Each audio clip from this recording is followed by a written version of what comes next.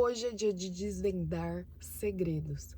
Eu tô muito reflexiva sobre o que é ser uma pessoa inabalável, como que é você ver um torrencial de chuva caindo em você e um turbilhão de emoções, muitas vezes negativas, te ultrapassando e você, mesmo assim, estar com um sorriso no rosto, um olhar tranquilo, uma aura assim inabalável.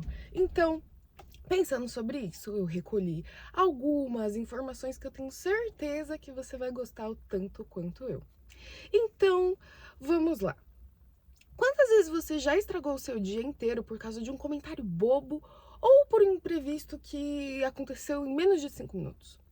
Bom, então, se você se identifica, já vamos pensar aqui sobre o que é ser inabalável, que não significa virar um robô ou não sentir raiva, tristeza. Significa assim que você sente todas essas emoções, sente todo esse turbilhão, mas não deixa que esses sentimentos governem as suas ações, não deixa que esses sentimentos governem o seu dia a dia, não deixa com que você fique derrubada, apática e, sabe, sem esperança. É uma coisa muito mais de deixar esses momentos acontecerem e você voltar para o seu centro, voltar para aquela tranquilidade, aquela paz. Então, vamos falar primeiramente sobre o espaço entre o estímulo e a resposta, que é o espaço de Viktor Frankl, um estudioso que sobreviveu a campos de concentração e escreveu uma frase que muda vidas. Olha isso. Entre o estímulo e a resposta há um espaço, e nesse espaço fica o nosso poder de escolher a nossa resposta. Então, o que a maioria da gente faz? A gente vê o estímulo acontecendo, alguém, por exemplo, que te fecha no trânsito, ou que te trata mal educadamente, e daí a resposta é imediata.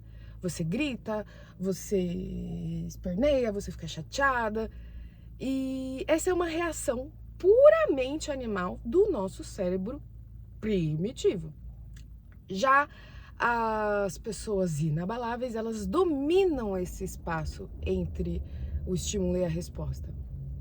Quando algo ruim acontece, elas respiram por 2 segundos, elas conseguem, sabe, voltar para o centro. E esse é o tempo suficiente para que o seu córtex pré-frontal, que é a parte racional do cérebro, assuma o controle. Então, em vez de reagir, ela vai escolher como responder.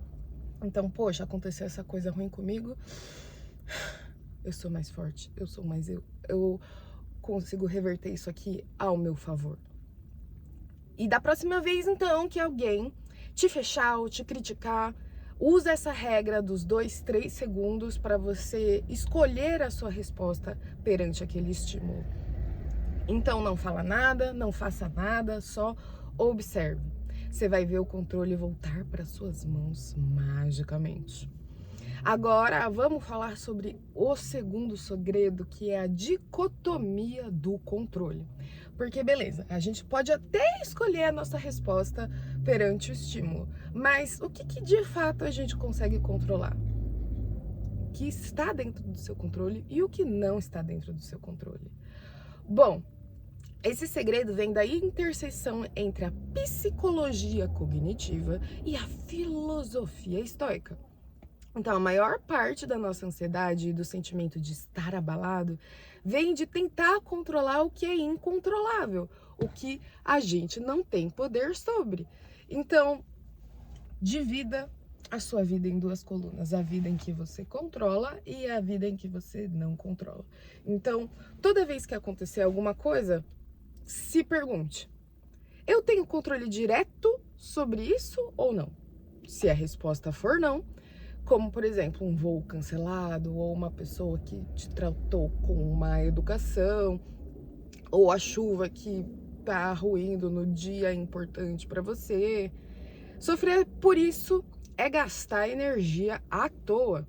Porque uma pessoa inabalável consegue focar 100% no que ela tem controle, no que ela consegue fazer. Então, por exemplo, se o seu voo foi cancelado, você não controla isso. o que que você controla de fato? Bom, você pode ligar para um hotel, você pode remarcar a sua reunião, pegar um livro para ler, para ficar esperando, pronto. Então daí você tirou o sofrimento daquilo que você não consegue controlar e colocou numa leveza, numa paz, numa resolução por algo que você consegue de fato movimentar, algo que está dentro do seu poder. Então, coisas, por exemplo, que a gente não controla. O trânsito, a opinião dos outros, a crise econômica, o humor do seu chefe, o clima. Agora, coisas que você controla. Suas ações, seus pensamentos, sua rotina, como você cuida da sua saúde, suas reações. E é sempre legal a gente relembrar isso, porque, de fato, quando a gente consegue se movimentar perante as coisas que a gente tem controle, a vida fica muito mais fácil.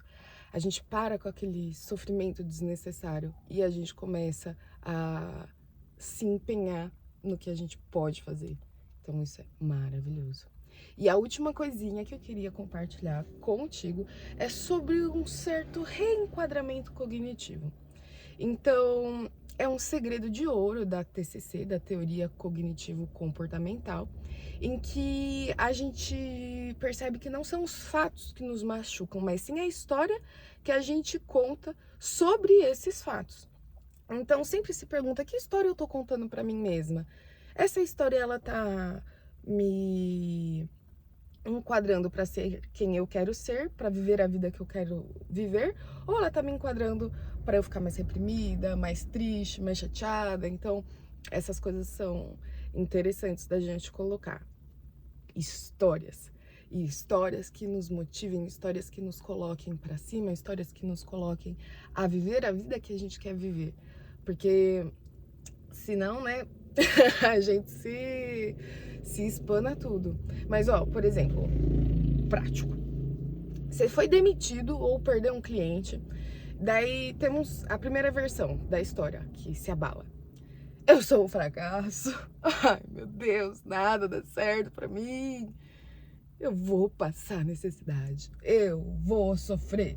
Tudo vai ser muito mais difícil daqui pra frente. Bom, você pode pensar dessa maneira. Ou da maneira inabalável, que é, bom, isso é um golpe duro, essa demissão, essa perda de cliente realmente foi difícil, não vou mentir, mas também é um empurrão que eu precisava para eu buscar um lugar que me valorize mais, para eu buscar um modelo de negócio que faça mais sentido comigo, enfim. Deu para ver como é o mesmo fato, só que histórias diferentes. Um é de vou sofrer, vai ser tudo difícil para mim. E o outro é, nossa, esse era o empurrão que eu precisava para seguir melhor o meu propósito de vida, para seguir melhor o meu trajeto. Então, eu acho que eu consegui passar para você os conceitos que estão mais na minha cabeça ultimamente. Eu acho que desde que eu venho aplicando isso com mais consciência, realmente as coisas vêm sendo mais fáceis. Porque, por exemplo, no dia a dia, a gente vê as coisas acontecendo, mas a gente não tem de fato, sabe, controle sobre elas. Mas quando a gente pode ter controle, aí tudo flui melhor.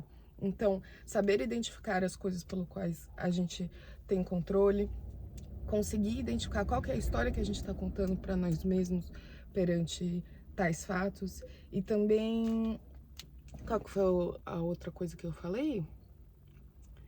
E também entender o espaço entre o estímulo e a resposta, poder escolher qual resposta que a gente vai dar, são coisas que vêm me ajudando bastante. Mas é lógico que cada caso é um caso e você pode falar sobre o seu caso com um dos terapeutas da rede Metamorfose de Telemedicina, em que você pode ver aqui no WhatsApp da descrição ou até no link aqui também do nosso site orgmetamorfose.com.br. E eu espero que com um acompanhamento profissional, com uma pessoa vendo seu caso de perto, você consiga viver a sua melhor vida. E vamos juntar as nossas mãos e juntos procurar viver cada vez mais esse paraíso na Terra, viver cada vez mais esse mundão maravilhoso e tornar esse planeta cheio de boas vivências, boas histórias, boas pessoas. Muito obrigada por estar comigo até agora, até aqui. E me conta quais são as coisas que você controla e o que você não controla.